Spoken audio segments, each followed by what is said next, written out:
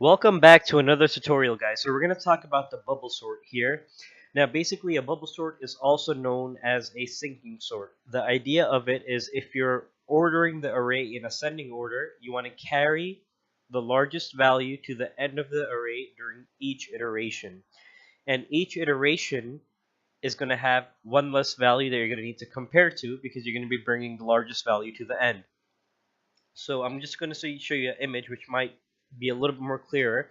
So this here is the first iteration of this array during a bubble sort.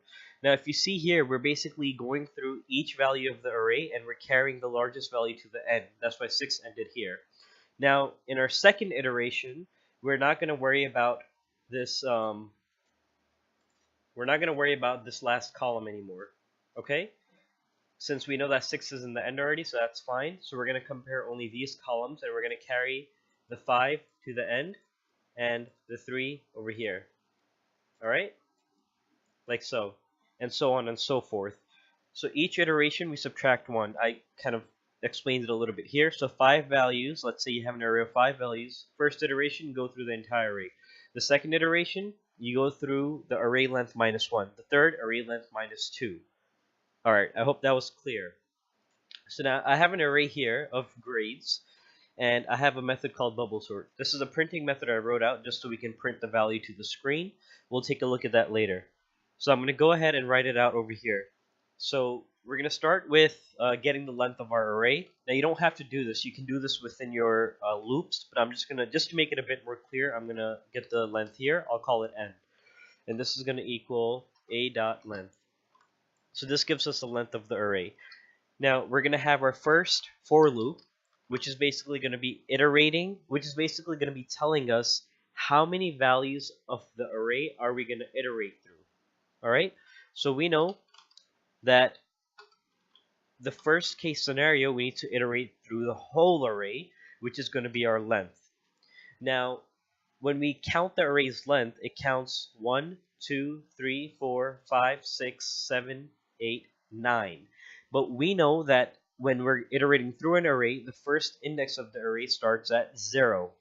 So considering that, this is actually going to be I equals n minus 1.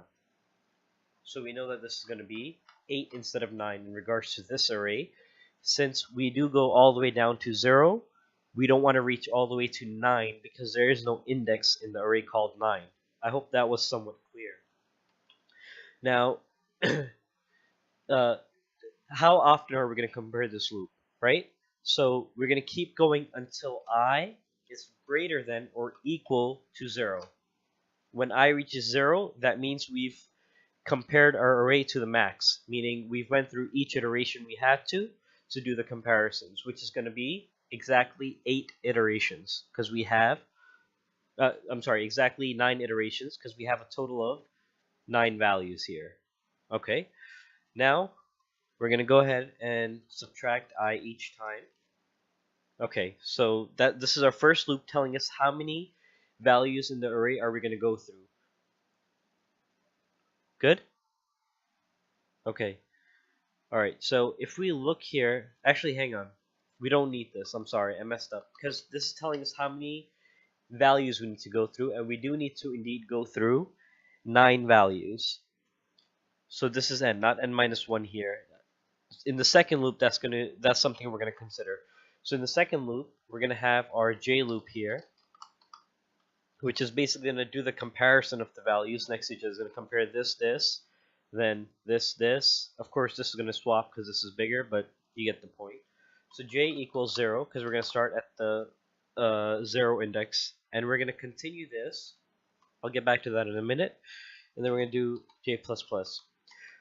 So what should be the stopping value here? So now we know that we want to keep swapping values up until the value of I, since I tells us how many values we're going to consider. So in the first iteration, we're going to consider n values, which is 9. In the second one, it's going to be 8. That's why we're doing the subtraction here. So we want j to keep going until it is less than I. Now this is not enough. If we leave it like this, we're going to get an index out of bounds error, because when we're comparing values, we're going to compare the value of a at index j and then with the value of a at index j plus 1. So we need to consider that j is not going to be the only one that's going to be we're going to be using to get the index value of that array. So we have to actually do while j is less than I plus 1. I hope that makes sense. The reason why I'm doing this is because if we consider just the first point, right, we know that j is going to keep going until it reaches 8, since we have this less than here. So when it reaches the index 8, we're going to be at this value, and it's going to compare this with j plus 1, which is here. There's no value, so we're going to get an index out of bound.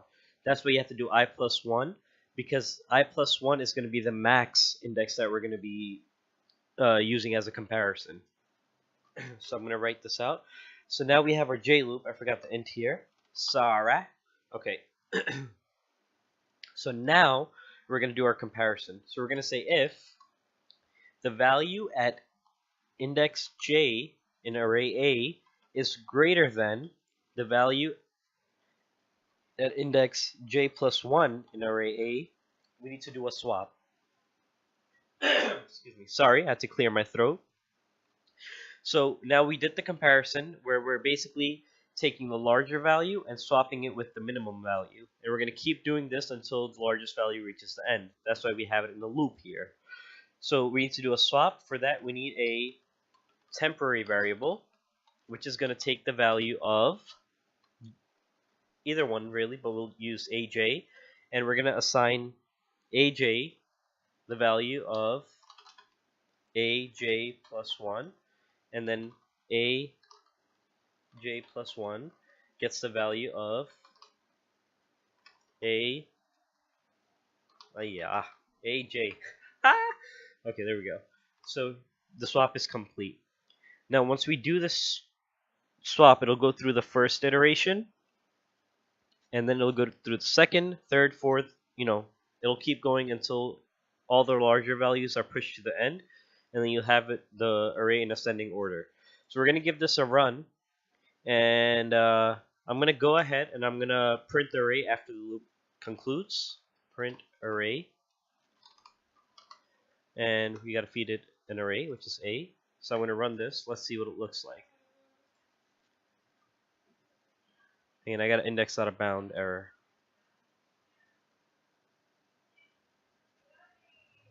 J minus minus. J plus plus.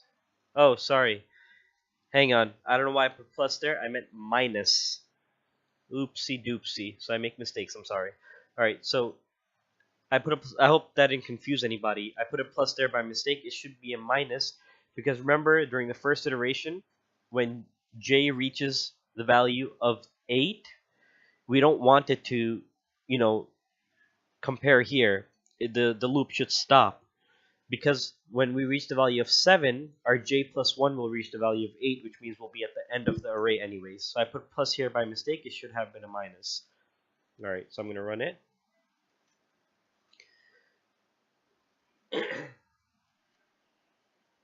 Hang on, I messed up somewhere. Oh wait, this should not be aj. This should be... Oh my god, guys, I'm making too many mistakes. I'm sorry about that. Alright, this should be the temp variable. So I did my swap wrong. I wasn't paying attention. So when we do the swap, we're assigning our temporary variable the value of aj, and we're assigning aj the value of aj plus 1, and then we're assigning the aj plus 1 the value of the temp. So you get the swap. It's pretty simple. I just mistyped it. So I'm going to run it here again.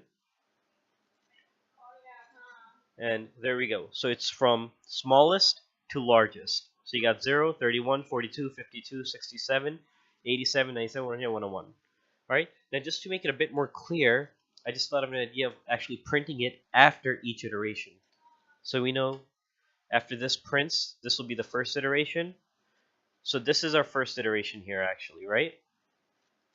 So before I do that, I'm going to go ahead and print it out here. So I'm going to print array. So I'm going to print the first iteration here, or basically the original array. right? Oh, sorry, I called it grades. All right, and then I'm going to print each iteration after that. So let's give this a run. Oh, you got to have an end line there because it's printing all the iterations on one line. Sim.out.print line. This is just a quick way to do it here, like that.